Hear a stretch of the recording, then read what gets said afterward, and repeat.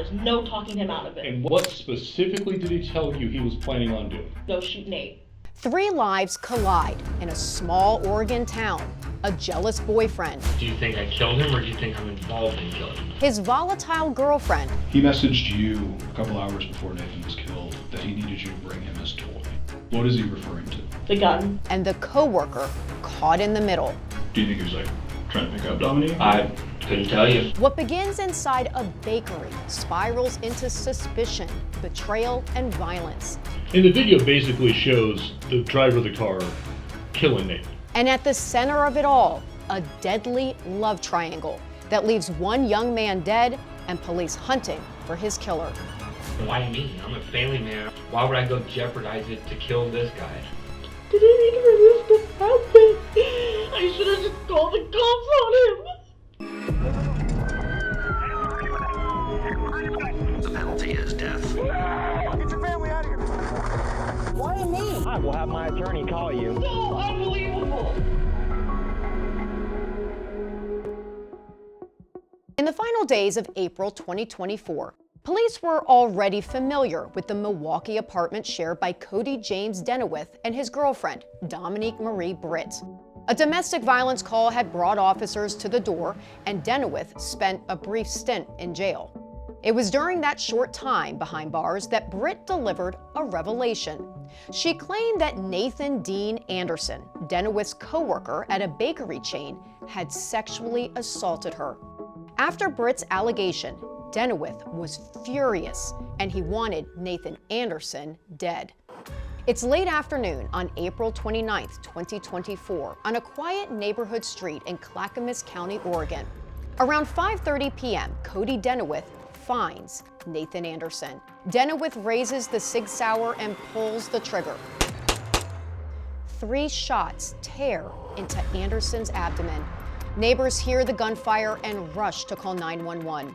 Paramedics arrive quickly and race Anderson to Oregon Health and Science University Hospital. Doctors attempt to save him, but it's too late. He's pronounced dead soon after he arrives. The news spreads fast. At the intersection where Anderson collapsed, friends and family begin to gather. Balloons, flowers, and messages are laid at a makeshift memorial. For those who loved him, the loss was immediate and devastating. And while they mourn, the killer disappears into the night. The crime scene is chaotic, but detectives waste no time. Witnesses tell deputies they recognized the shooter, Cody Denewith. The connection between Denewith, Dominique Britt, and Nathan Anderson gives investigators a clear direction from the start. Once a warrant is granted, they begin pulling data from Denewith's cell service provider, call logs, text messages, and timestamps. The phone data is damning. Texts show Denewith had messaged family members before the shooting, asking them for help to kill Anderson. All had refused. But one thing was clear: this was premeditated. Forensics come back on the bullets and casings collected at the crime scene.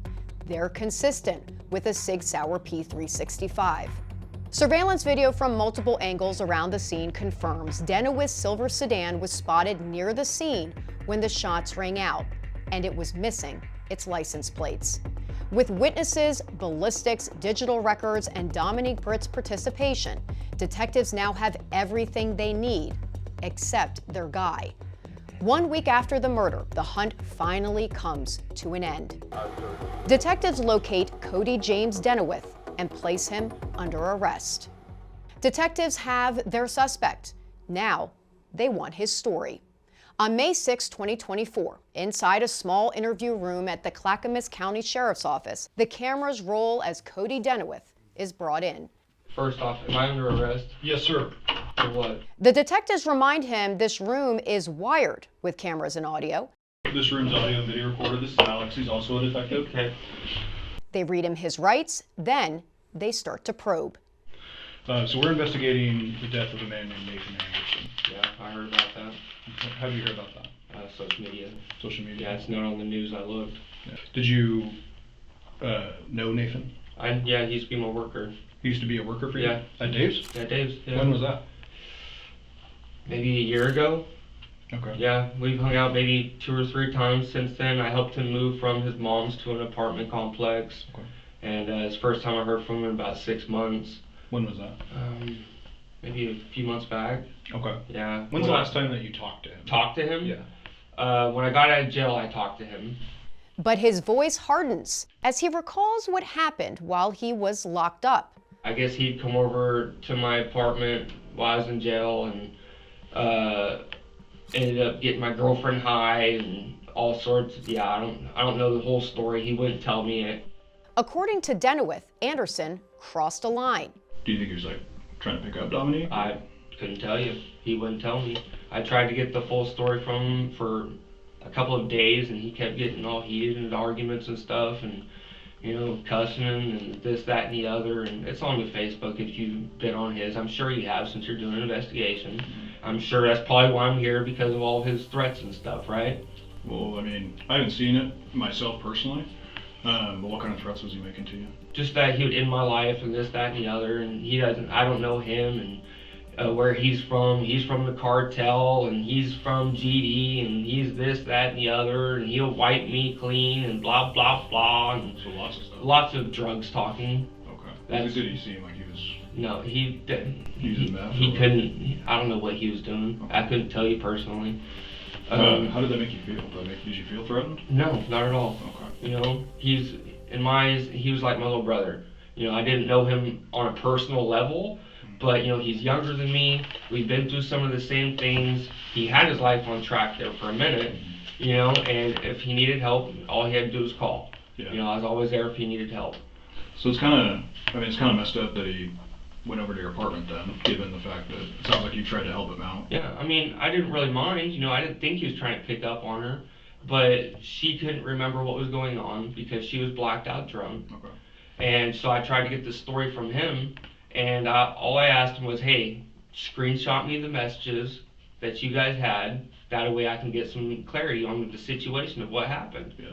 And immediately he just went into blah, blah, blah, blah, blah, that blah, blah. Like, dude, some simple screenshots. Like, what's the problem? What did you think went down with them? That she got taken advantage of. Okay. And I mentioned that to him on Facebook as well. You'll see that if you took a look. Did he deny it? He didn't deny it, but he didn't confirm it, I felt like he was trying to protect something, and then it came down to like, just holler at me when you're cooled off, man. Yeah. And a couple days go by, and I'm like, hey, are we cool? Like, are we both good? I know we're both hot-headed. Are we both good? It's like, oh yeah, we're good. Like, this, that, and the other. And I couldn't tell you the exact conversation word for word, But, we're like, all right, we're both cool. That's all right. Did you guys hang out again after that? No, we haven't hung out since. And then a few days go on, and I see some stuff on Facebook from Kayla posting it, RIP, and like, what happened? I messaged her. You messaged her? I messaged her, yeah, and she said that the detectives aren't being clear on what happened, just that he was murdered. Okay. The detectives tighten the screws. One of the things that we found when we were kind of investigating this is Nathan's phone wasn't with his body when his body was found. Okay. And after his death, his phone actually traveled to the area of your apartment. Okay. Okay. Did you have Nathan's phone with you? No. No? How could I have his phone if I was never with him? Basically, what I'm getting at is there's more surveillance images that we've collected, and I'm fairly certain that you're involved in this. You think I killed him? Seriously? Yes. You think I killed him? And if there's a reason for what happened, if he was threatening you, and I don't know, I wasn't there. You know what I mean? All I know is Time out. Yeah. Lawyer. Okay. Are you saying that you want a lawyer? Well, obviously, if you guys think I killed somebody, I need a lawyer. Okay, fair enough. But the interrogation doesn't stop there. Even after asking for a lawyer, Denewith just keeps on talking. Why is it that you guys think I killed him? Well, based on our investigation. Do you think I killed him, or do you think I'm involved in killing him? I think that you're responsible. That I'm responsible for killing him. Yes. Like I first-handed killed him. Yes. Okay. What are you trying to charge me with? Murder in the second degree and unlawful use of a weapon. Okay. Under what grounds? Based on the evidence we've collected in our investigation. Do you have a reason, honest question, do you have a reason why we shouldn't be looking at you for this? Is there someone else we should be looking at? I mean, I couldn't tell you firsthand if there's somebody else, but me, Okay. Why me? Denewith pushes back, painting himself as anything but a killer. You know, I'm a family man. I work hard every day to support my family. Why would I go jeopardize it to kill this guy? But the detectives have their theory, and they hammer it home. So the car had license plates on it, which it did. And then on the day that Nathan was killed, it didn't have license plates on it. And did it have license plates on it when you were arrested? You said, did it? Yeah, I'm asking. Yeah. Right now? Yeah. Yeah. So at some point in there, the license plates came off of the car. The only reason someone would do that is if they were planning on killing Nathan and wanted to try to obscure their identity. So that's an element of premeditation, which is not a crime of passion killing. It's a thought through premeditated crime. And that's super interesting to me. Denewith shrugs, weary and cornered. And you took him off, you picked him up, and we have video of you picking him up. Picked him up, took him down a particular area in the alleyway there, you shot him, you drove off, you put the plates back in your car. You wouldn't have taken the plates off your car unless you were planning on doing it. Premeditation. That's murder one. Is there any reason why we shouldn't be looking at murder one and should we look at murder two instead? You guys can look at whatever you want. You guys are the investigators, right? Okay. Yeah. So I guess we're looking at an option one, which is a crime of passion, right? You got pissed at the moment and shot and killed him. Option two is you planned it ahead of time, which is much worse. Maybe option three is you meant to shoot him but didn't mean to kill him. I don't know which one of those it is. Those Any obviously. one of those options sound bad. No, none of them are good, but there's a hierarchy of bad, worst, right? Which we kind of talked about. And this is kind of your opportunity to tell us which one of those it is, because you're probably not going to get another one. And this is one of those deals where I don't want to tell your story for you if you can tell it for yourself, but that's the option you're giving me. So it's up to you to tell us what happened or not tell us what happened. I think it's time to be a lawyer now. Okay. Because all three of those options are bad. I agree. Yeah. Ready whenever you guys are. Okay. How long until I go to the jail? Just a few moments. Okay, thank you. No worries. Finally, the weight of the accusations against him sinks in. Arrested for murder. It's not being arrested. Like this is probably what, 20 years in prison? Second degree murder? What does it carry? Well, actually, we're now probably looking at more of a first degree murder. How to go from second degree to first degree? Well, Within 5 minutes. because of premeditation. Detectives have Cody's story. Defensive, flat, and full of denials. But now they want the other half. 2 days later, on May 8th, 2024, they sit his girlfriend, Dominique Britt, down inside the Clackamas County Sheriff's Office. In your relationship with Cody, what is Cody like? What's he about? He's usually a very happy, like, chill person, a great dad, like, loves our kids, like, that's his kid, you know, in his eyes. But he has his moments where he just is like his mental, and he's struggled with that his whole life, but he just has never gone on medicine because he doesn't want to be a zombie, he says. Do you think it's like depression, or is it I think more it's psychosis type? Yeah. Like, do you think he hears voices, or something in his head okay. that's, I don't know. Why do you think that? Is there behaviors you can attribute to, like, hey, that's an example of him being kind of mentally unstable? Yeah, like, accusing me of cheating on him when I'm, like, home all day with your kids. I cook, I clean, I take care of the house, like, I'm with your kids, or just, like, thinking, like, I'm being sneaky, or thinking that everybody hates him, or people are talking about him, just, like, stuff like that, and it just gets worse and worse, and... Does he kind of spiral when he gets into those? Yeah, like this last month, completely different person. Okay. Yeah. Has there ever been any prior periods where he was like that? No, this is like the worst it's got. Like. Okay. Yeah. Has Has there ever been, I know that there was a call at your apartment Mm-hmm. on the 24th. Milwaukee police came out. Mm-hmm. It was a domestic violence call, is what I know. Yeah, he was screaming and yelling. Was there any physical stuff that night? Has there ever been any kind of physical abuse? No, not at all. Like, usually, that night he drank like a whole fifth in like a 20-minute period from the time he got off work to the liquor store to the house. What do you drink? Crown Royal, I think. Okay. Yeah. But, no, he doesn't ever yell at me, nothing. Like, it's, this month is just, I don't know. Do you know what set it off, or why he's been acting like this? No. Okay. I think him getting arrested the last time kind of just made everything worse. Like, within like the last 2 weeks, it's just been like, I don't know, bad, I guess.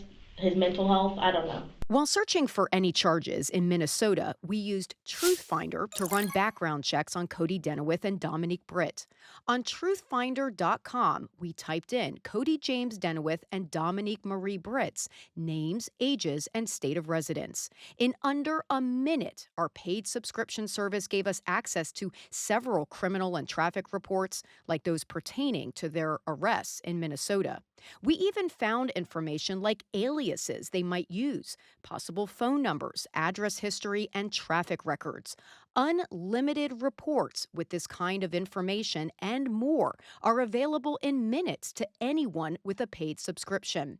Law and Crime partners with TruthFinder so our writers and reporters can research cases and reveal real information about suspects like Cody Denewith and Dominique Britt.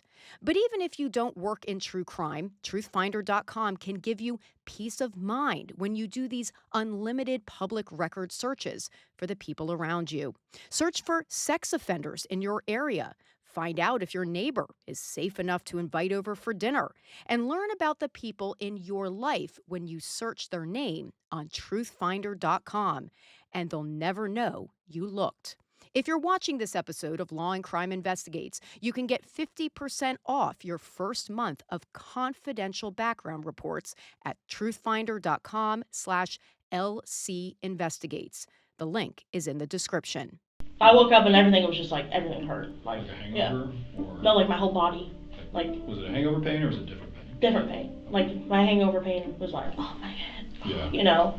Did you feel like something had happened to any of your intimate areas? Maybe, I don't know. My whole body hurt. But according to like the cops when they showed up, I had blood on me from, I don't know, like my knees still, you can see, still scraped up. So I don't know, like. Do you remember where that was from? Mm-mm. And you don't remember when Nate came over that night? No. Or anything like that? No, that night is a blur. Then the conversation shifts to Denewith's intentions. Did Cody ever express any sort of ill will against Nathan Anderson? No, I think it just, whatever happened to me, if it happened, if it didn't, you know, the way that Nate was wording it, it seemed like something happened to me, and I think Cody just, I don't know. I honestly couldn't tell you. He didn't tell me that he was going to do anything. If he did anything, I don't know. I'm like, my whole mind is like trying to like figure things out and like put pieces together. But it's not the Cody I know. Yeah. And it can be hard too, because, you know, the only thing that I know from doing this job is that people will surprise you. You know what I mean? Did you have any indication that Cody wanted to do anything bad to Nate, or that he was going to do anything crazy or anything? I knew he was talking about wanting to beat him up. But detectives push, and Britt gives them what Cody Denewith wouldn't. Friday is when he had his mind set that that's what he was going to do, and there was no talking him out of it. And what specifically did he say? That I'm going to go shoot Nate. Okay. With the intention? I guess killing him. Okay. Yeah. Okay. Okay, so now you've given us more info. Tell us, if you don't mind, exactly what he said, when he said it, where you were when the conversation happened, and what he said his intent was going to be. Friday, I think, I don't know if I don't think we were on the phone. I think we were together, so maybe in the car. And he just said that I'm going to go shoot him, and that's what I'm going to do. Like, there was no talking him out of it at all, because he was just gone. Like, gone. So I guess,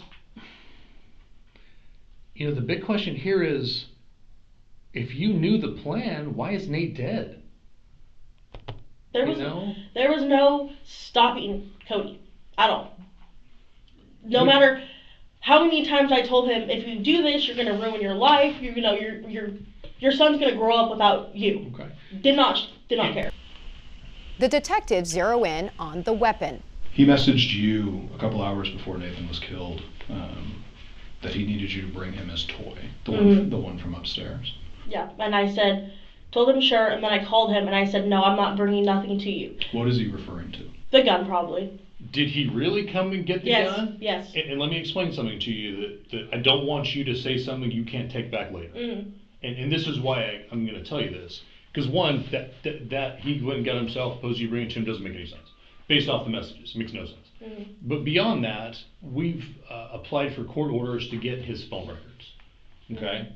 Do you know anything about cell towers and how that stuff works? Mm-hmm. Okay, it's actually kind of confusing. So when we get the records back, we'll be able to tell, because the more cell towers they are, the better information you get, mm-hmm. right? And there are a ton in any metro area, especially where you guys live. So when Detective Hunter looks at those records, he'll be able to tell that Nate drove up or didn't drive up, and whether or not he went in the house or not. Mm-hmm. So if it shows that he drove up and then drove away, it means you brought him the gun. Mm-hmm. So if that's what happened, this is the time to talk about it. So talk to us about you bringing him the gun.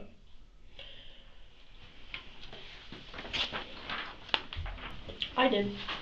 Where? Where? He was on the side of the street, and I brought him the backpack and everything. It was the piece investigators had been waiting for, the handoff of the murder weapon. What did he do with the gun? I don't know. I really don't know. I haven't seen it since then. I don't know. What did you do with Nathan's belongings? It was at my mom's, and he threw it away. Me, my mom, and him, because my mom had a trash bag. We walked to her trash, and he threw away that bag that was in the warrant that you guys were looking for. So I don't know if maybe the gun was in that backpack or something. I don't know. I just know he threw it away. When he told you that he shot Nathan, what did he say exactly? Nathan got out of the car and he shot him and then he drove off. And yet, Britt said when Denewith returned, he acted as if nothing had happened. What was the conversation like after that? He was completely normal. Like, he didn't go and just shoot somebody. Like, we went to McDonald's, got the kids food, we went back to my mom's, we watched the Smurfs movie, went to sleep, got Sadie up for school, like, everything we do on a normal day. The truth she had tried to avoid finally tumbles out. I knew when he came into the house and got the gun that that's what he was going to do. Okay. I knew. When was the first time he said, I'm going to shoot and kill Nate? Friday is when he had his mind set. He was not going to let it go, and I just told him, okay, if it needs to happen, then it needs to happen. But you're going to get caught. That's what I told him. There's no way of getting away with. So that terminology, if it's going to happen, if it needs to happen, it's going to happen, that's your acceptance of it. That's your verbal acceptance of, yes, Nate needs to die. Is there any other way to look at that? How responsible do you think you are that Nate was murdered? I think whatever happened to me didn't happen. I just think, I don't know. And I understand what you're saying, and I think that, I think you need to really tell us now about what really happened with you and Nate. I 100% don't remember that night at all. Okay. I don't. Sitting here right now, do you think Nate raped you? Yeah, probably. Okay. From what my bottom area looked like, yeah. Do you think Nate you? Mm-hmm. Okay. And that's horrible, and that's not excusable, but it's also not a reason for murder. No. So from the time that incident happened until the time that Cody murdered Nate, mm-hmm. How many opportunities did you have to contact police and talk about that? Every day. And you guys talked about that, didn't you? About what? Making a report. Mm-hmm. Tell me about that. I told him, well, I should just go to the cops and make a report. No, I'm gonna handle it myself. I was like, no, I can, like, it happened to me, you know? No, I'm gonna handle it myself. I'm gonna handle it myself. There's no proof that anything happened to you. Well, I'm sorry that happened to you. Doesn't give him the right to kill anybody. No. Not at all. So either we're looking at one of two things happened. Either you were good to go with it from the beginning, or this was your deal and you wound him up and kicked him loose. No. So which of those two is it? I guess I was just like, oh, if you're gonna do it type of thing, you know, but I just... For how long did you want Cody to kill Nate? I didn't. Everything about this says that you did. I didn't. I was just, okay, whatever, do what you want type of thing. At the very least, based off of everything we know now, you're a co-conspirator in his murder. Oh, God. If not the originator of the idea of his murder. No. And I get that you're upset right now, but I'm going to be honest with you, from where I'm at, you're not upset for Nate. You're upset because you got caught. No, I hurt for Nate too. Like, didn't need for this to happen. I should have just called the cops on him.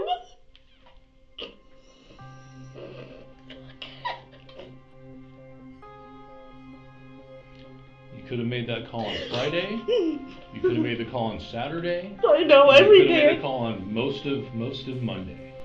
All Sunday, most of Monday. Okay? So this idea that you just sort of went with the flow, I'm sorry, but it just doesn't track with the information we have.